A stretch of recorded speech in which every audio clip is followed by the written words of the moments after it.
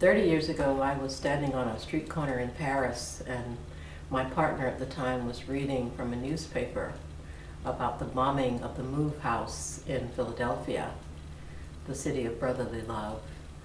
The police had dropped bombs on a house of black people, and the reason they gave for doing this was that they basically did not like the lifestyle of the people.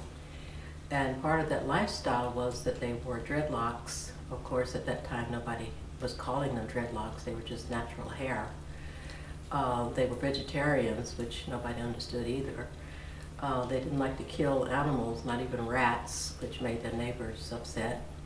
And they totally did not like the American culture and refused to have their children participate in it. They wouldn't send them to the schools. They wouldn't let them play Darth Vader games because they said that the games that are being forced on our children destroy their capability of creativity. They had a long list of things that they did not like about American culture, and they had managed to put themselves, they thought, outside of it. So these people had determined that they could envision a separate way of being in America. They had sussed out the depravity of the culture, and they wanted no part of it. And so they were trying to live separately. However, part of what is so insidious about American culture is that it demands that everybody be involved.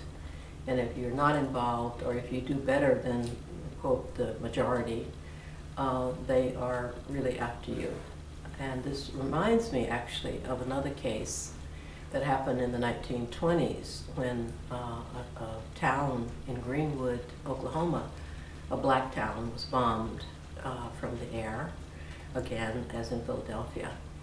And there was a complete destruction of that community, and many people killed, and something like 3,000 people left homeless. Partly and mostly because they were successful. So the message has been to black communities that you cannot live differently than us, the majority, and you cannot live better. So you cannot have a black Wall Street, which is what they thought they had in Greenwood, Oklahoma. And you cannot decide not to use our products. You cannot decide not to have deodorant under your arms. You have to do weird things with your hair. You have to bathe more than you want to and use our soap. So this is one of the binds that we are in and that we have been in for a very long time. The only survivor of this bombing, which killed many children and took the lives of many adults, is Ramona Africa, and she's still alive today and still determined not to let the people forget what happened. We have a history of amnesia, partly because to remember is so painful. So it's very hard for many African Americans to think about how we have been on the end of police militarization forever. You know, it's not as if this is something that we totally don't get. We have been bombed, we have been strafed, we have been set fire to in our communities.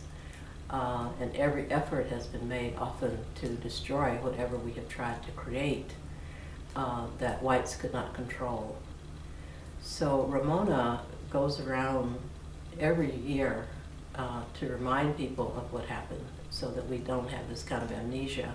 And so that when we have something like what is happening today in the uprising against the police murders of Trayvon Martin and Eric Gardner, we have a context.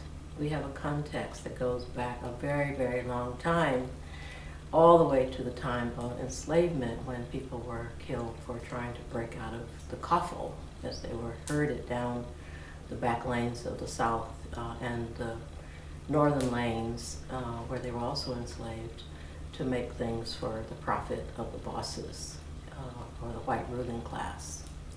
So it is really a good thing, I feel, that Ramona is always present to her people, the ones that she knew, the ones who were killed, and that she reminds us of what has happened. This is truly a service to us.